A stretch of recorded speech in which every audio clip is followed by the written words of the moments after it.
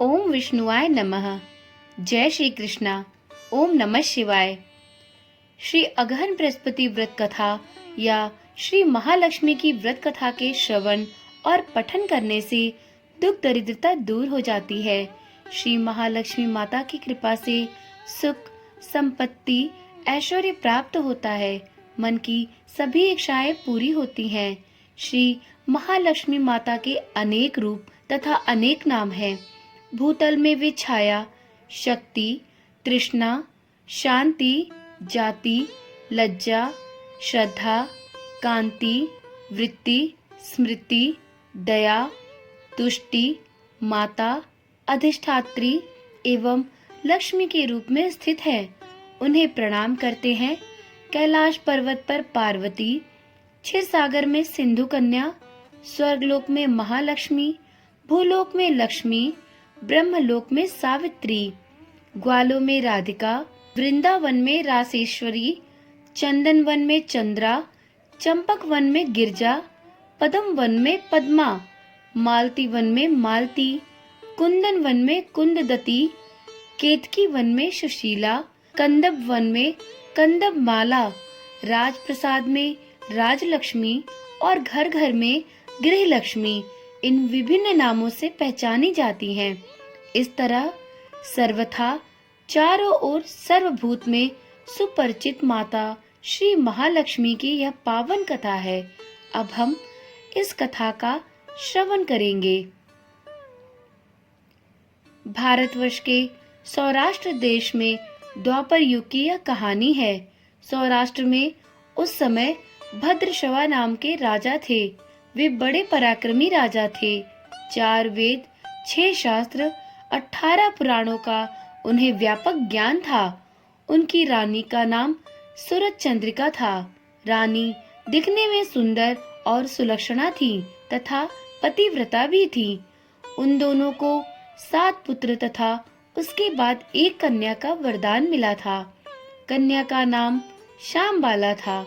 एक बार महालक्ष्मी जी के मन में आया कि जाकर उस राजा के राजप्रसाद में रहें।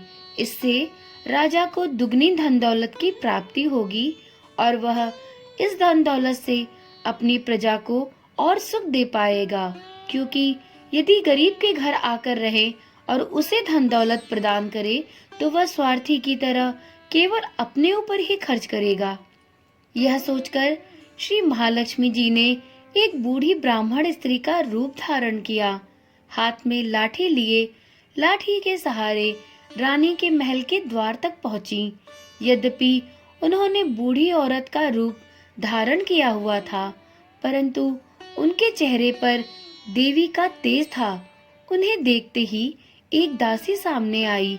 उसने इनका नाम, धाम, काम तथा धर्म इत्यादि पूछ डाला। वृद्ध ब्राह्मणी का रूप धारित माता लक्ष्मी ने कहा, बालिके, मेरा नाम कमला है। मेरे पति का नाम भुवनेश है। हम द्वारिका में रहते हैं। तुम्हारी रानी पिछले जन्म में एक वैश्य की पत्नी थी। वह वैश्य गरीब था। दरिद्रता के कारण हर रोज घर में झगड़े होते थे तथा उसका पति उसे रोज मारता था। इन सब बातों से तंग आकर वह घर छोड़कर चली गई तथा जंगल में खाली पेट भटकने लगी। उसकी इस दुर्दशा पर मुझे दया आई। तब मैंने उसे सुख संपत्ति देने वाली श्री महालक्ष्मी की कथा सुनाई। मेरे कहने पर उसने श्री महालक्ष्मी का व्रत किया। श्री महालक्ष्मी प्रसन्न हुई और उसकी गरीबी और दरिद्रता को दूर किया। उसका घर संसार दौलत, संतति तथा संपत्ति से भर गया। बाद में पति पत्नी दोनों परलोक सिधारे। लक्ष्मी व्रत के कारण वे लक्ष्मी लोक में रहे। उन्होंने जितने साल महालक्ष्मी का व्रत किया उतने हजारों साल उन्हें सुख भोग मिला। इस जन्म में उसका जन्म राजघराने में हुआ है, परंतु वह श्री महालक्ष्मी का व्रत करना भूल गई है। उसे यह याद दिलाने ही मैं यहाँ आई हूँ। बुढ़िया की बातें सुनकर दासी ने उन्हें प्रणाम किया तथा श्री महालक्ष्मी का व्रत किस तरह से किया जाए इस बारे में पूछा। बुढ़िया रूप धारण किए हुए श्री महालक्ष्मी माता ने दासी को पूजा की विधि तथा पूजा की महिमा बताई। इसके बाद वह दासी माता को प्रणाम कर रानी को यह बात बताने अंदर चली गई। राज वैभव में रहते हुए रानी को अपने ऐश्वर्य का बहुत घमंड हुआ था। संपत्ति तथा अधिकार की वजह से वह उन्मत्त हो गई थी। दासी द्वारा बताई गई बुढ़िया की बातें सुनकर भी वह आग बबूला होकर राजद्वार पर आकर बुढ़िया रूपी श्री महालक्ष्मी पर बरस पड़ी। उसे यह मालूम नहीं था कि श्री महालक्ष्मी ही माता बुढ़िया का रूप धारण किए उसके द्वार तक आई हैं। परंतु रानी का इस तरह का रूखा बर्ताव तथा अपना अनादर देखकर माँ लक्ष्मी वहां ठहरना ठीक न समझकर वहां से चल पड़ी। राह में उन्हें राजकुमारी श्यामबाला मिली। उन्होंने श्यामबाला को भी यह सारी बात बताई। श्यामबाला ने अपनी ओर से श्री महालक्ष्मी माता से अपनी माँ के कार्य के लिए क्षमा मांगी। माता को उस पर दया आई। उन्होंने श्यामबाला को श्री महालक्ष्मी व्रत के बारे में बताया। उस दिन अगहन अर्थात मार्गशीर्ष माह का पहला गुरुवार था। श्यामबाला ने परम श्रद्धा से श्री महालक्ष्मी का यह पावन व्रत रखा। फलस्वरूप राजा सिद्धेश्वर के सुपुत्र मालाधार से उसका विवाह संपन्न हुआ। वह धन दौलत ऐश्वर्य वैभव से मालामाल हो गई। पति के साथ ससुराल में आनंद से दिन व्यतीत करने लगी। इधर श्री महालक्ष्मी का रानी पर प्रकोप हुआ। फलस्वरूप राजा भद्रश्रवा का राज्य एवं राज कारोबार संपूर्ण रूप से नष्ट हो गया। यहाँ तक कि खाने पीने के भी लाले पड़ गए। ऐसी हालत में एक दिन रानी ने राजा से यह निवेदन किया कि हमारा दामाद इतना बड़ा राजा है, धनवान है, ऐश्वर्यशाली है, क्यों न उसके पास जाए, अपना हाल उसे बताए, वह जरूर हमारी मदद करेगा। इस बात पर राजा भद्रश्रवा दामाद के पास रवाना हुए। राज्य में पहुंचकर एक तालाब के किनारे थोड़ी देर विश्राम लेने के लिए ठहरे। तालाब से पानी लेने आते जाते दासियों ने उन्हें देखा। उन्होंने विनम्रता से उनकी पूछताछ की।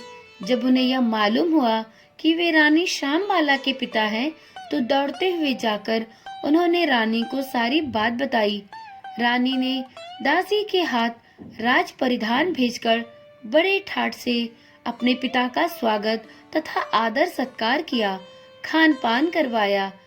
जब वे लौटने लगे तो सोने की मोहरों से भरा घड़ा दिया। राजा भद्रश्रवा जब वापस लौटे तो उन्हें देखकर रानी सूरज चंद्रिका अत्यंत ही प्रसन्न हुई। उन्होंने सोने की मोहरों से भरे घड़े का मुंह खोल दिया, पर हाय भगवान, घड़े में धन दौलत के बदले कोयले मिले। यह सब श्री महालक्ष्मी के प्रकोप से हुआ। इस प्रकार दुर्दशा में और भी दिन व्यतीत होने लगे। इस प्रकार रानी स्वयं अपनी कन्या के पास गई। वह दिन अगहन माह का अंतिम गुरुवार था।